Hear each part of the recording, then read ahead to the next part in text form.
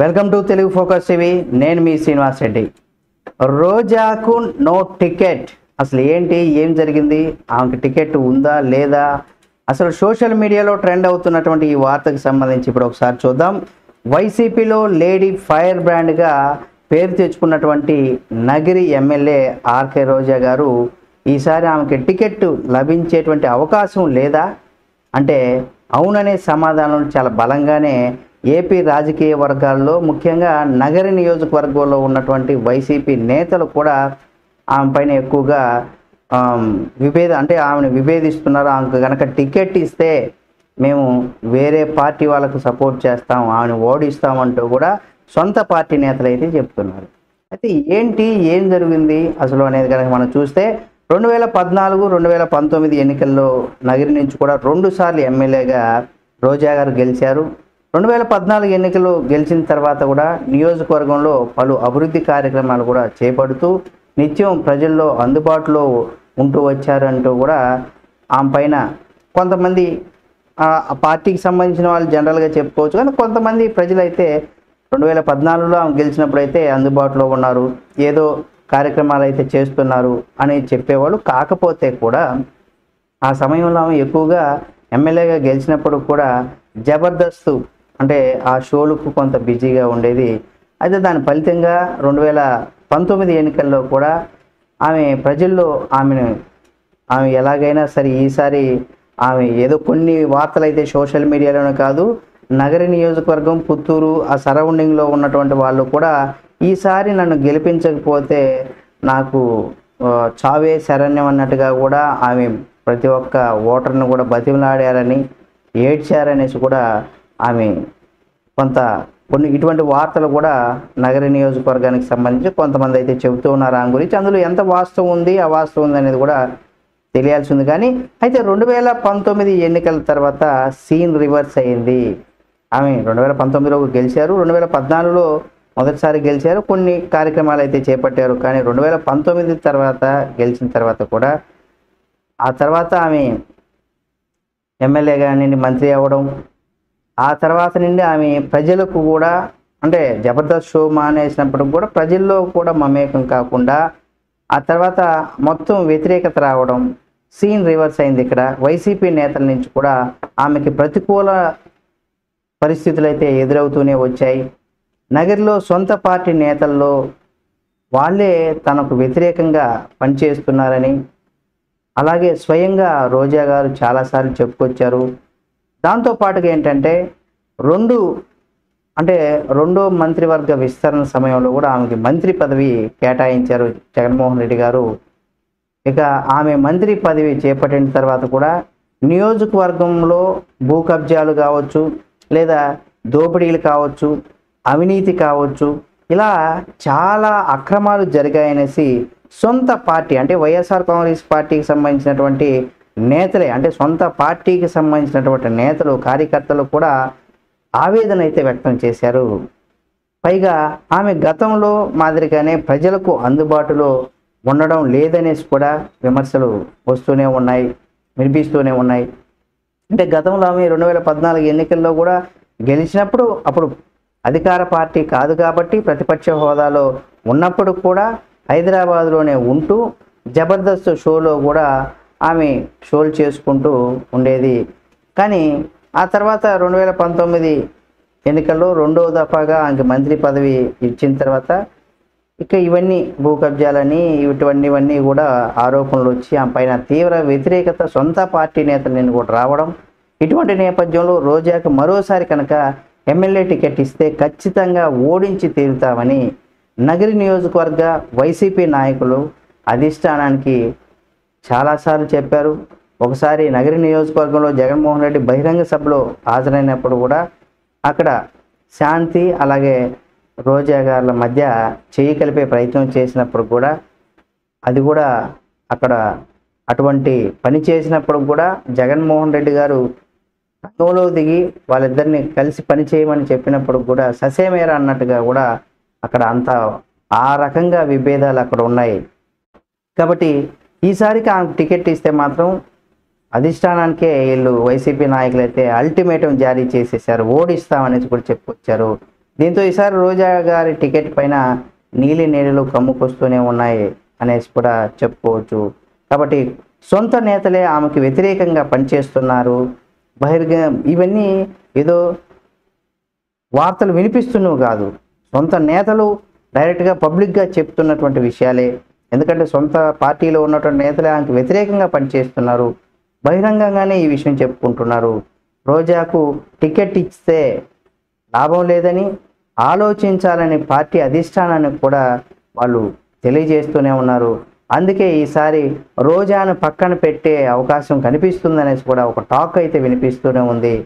ఎందుకంటే గ్రౌండ్ లెవెల్లో ఆమె ఎమ్మెల్యేగా పోటీ చేయాలంటే ఆ వైసీపీ పార్టీకి సంబంధించినటువంటి నాయకులు కావచ్చు, గ్రౌండ్ లెవెల్లో ఉన్నటువంటి కార్యకర్తలు కావచ్చు, అభిమానులు కావచ్చు, వీళ్ళందరూ కూడా ఇక్కడ మనకి కలిసికట్టుగా కూడా పార్టీ కోసం పనిచేయాల్సినటువంటి పరిస్థితి ఉంటుంది. కాబట్టి ఇక్కడ ప్రత్యర్థి పార్టీలకి నేతల పైన కూడా తనదైన రీతిలో ఘాటుగా వ్యాఖ్యలు చేస్తూ రాజకీయ వేడి పెంచే రోజాకు టికెట్ కనుక ఇవ్వకపోతే ఆమె పార్టీ వీడినా ఆశ్చర్యం పోవడం అవసరం లేదు. ఎందుకంటే 100% ఏంటంటే ఇప్పుడు ఆమె జగన్మోహన్ రెడ్డి గారు రెండో దఫా ఆమె ఎమ్మెల్యేగా గెలిచినప్పటి నుండి మొదటిసారి కొంత ఆమె ఫైర్ బ్రాండ్గా ఉన్నారు, కానీ రెండోసారి అంటే 2019 ఎన్నికల్లో రెండోసారి ఆమె గెలిచినప్పుడు ఇక ఆమె ఫైర్ బ్రాండ్గా ఆమెను ప్రూవ్ చేసుకున్నారు అని కూడా చెప్పుకోవచ్చు. ఎలాగంటే తెలుగుదేశం పార్టీకి సంబంధించి కావచ్చు, జనసేన పార్టీకి సంబంధించి కావచ్చు, ఈ రెండు పార్టీలకు సంబంధించినటువంటి నేతలు కావచ్చు, ముఖ్యంగా చంద్రబాబు నాయుడు గారికి సంబంధించి, లోకేష్ గారికి సంబంధించి ఎవరైతే ఉన్నారో వీళ్ళ పైన మామూలుగా కాదు, అవి పరుష పదజాలంతో అంటే అవి సెన్సార్ కట్ అయ్యేటువంటి పదాలతో కూడా ఆమె తిట్టడం, ఇలాంటివన్నీ కూడా మనం చూసాం. అయితే పార్టీ ఆమె వీడిపోయేటువంటి అవకాశం ఉంది. ఎందుకంటే స్కిల్ డెవలప్మెంట్ కేసులో చంద్రబాబు నాయుడు గారు అరెస్ట్ అయ్యి జైలుకి వెళ్ళినప్పుడు కూడా ఆమె స్వీట్లు బాణాసంచ కాల్చి కూడా సంబరాలు చేసుకున్నారు.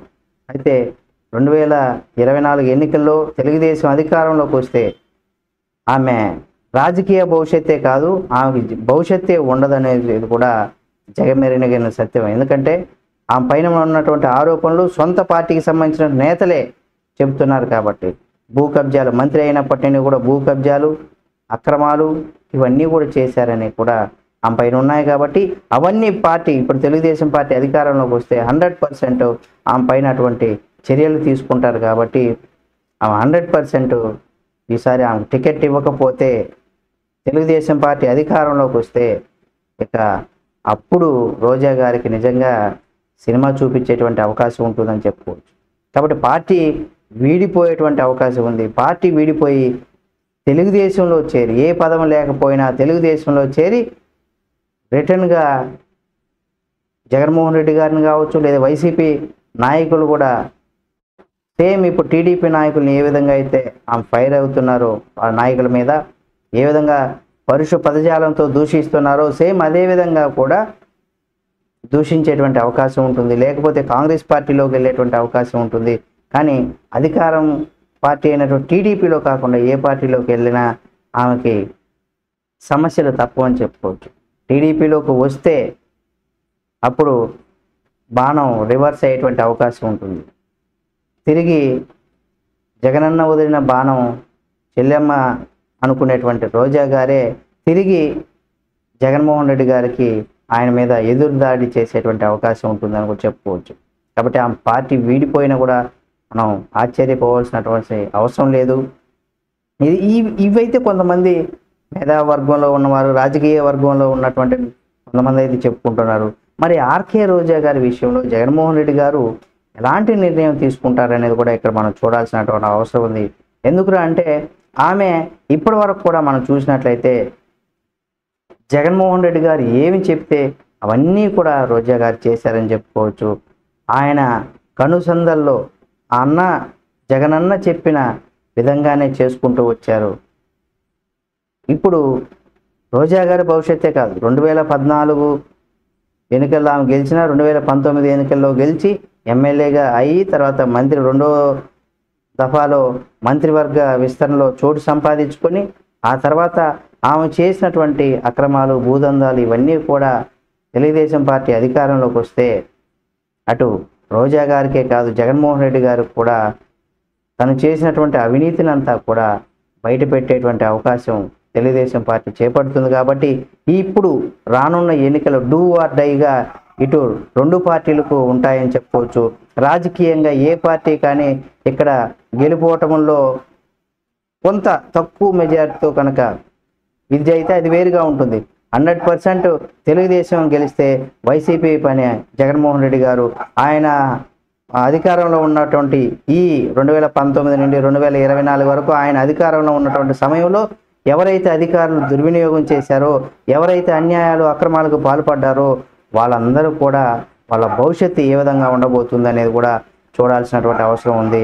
కాబట్టి ఇటువంటి పరిణామాలు ఎక్కువగా కూడా ఇప్పుడు ఏపీ రాజకీయాల్లో ఉంటుంది. ఒకవేళ మళ్ళీ జగన్మోహన్ రెడ్డి గారే గెలిచినట్లయితే ఇక చంద్రబాబు నాయుడు గారికి సంబంధించి కేసుల మీద కేసులు, తెలుగుదేశం పార్టీకి సంబంధించి కావచ్చు, లేదా వైసీపీ పార్టీకి వ్యతిరేకంగా ప్రశ్నించే ప్రతి గొంతుకు ఇప్పుడే దగ్గర 63,000 కేసులు పైగా జగన్మోహన్ రెడ్డి గారు అధికారంలోకి వచ్చినాక తెలుగుదేశానికి సంబంధించి లేదా ఆయన ప్రభుత్వం పైన ప్రశ్నించిన వారిపైన అనేక రకాలైనటువంటి కేసులు పెట్టిన దాఖలాలు అయితే అక్కడ అఫీషియల్గానే ఉన్నాయి.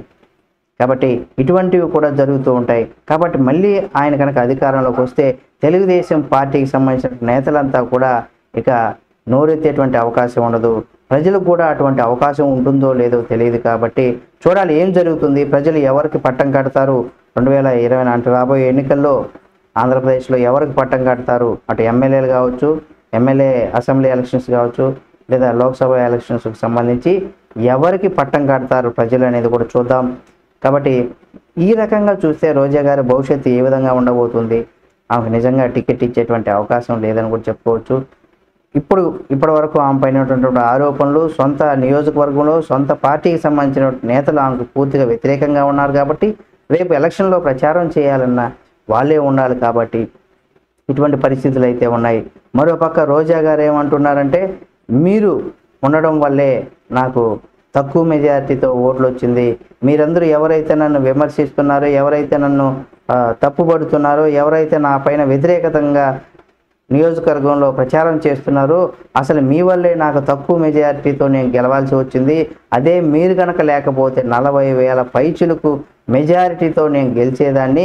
అసలు ఇప్పుడు రాబోయే ఎన్నికల్లో నేను వస్తే మీ అందరూ అసలు నాకు అవసరమే లేదు, నేను మిమ్మల్ని పెట్టుకునే తక్కువ మెజారిటీతో గెలిచాను, మీరే లేకపోతే ఎక్కువ మెజారిటీతో 40,000 పైచులకు మెజారిటీతో నేను గెలుస్తానని కూడా రోజా గారు చెప్తున్నారు. దీని వెనక ఏం జరుగుతుందని కూడా చూడాలి. ఈ వీడియో మీకు నచ్చితే లైక్ చేయండి. ఈ వీడియో పైన మీ అభిప్రాయాన్ని కామెంట్ రూపంలో తెలియచేయండి. మరిన్ని వీడియోల కోసం మన Telugu Focus TV channel subscribe చేసి పక్కనే ఉన్న బెల్ బటన్ నొక్కడం మాత్రం మర్చిపోకండి.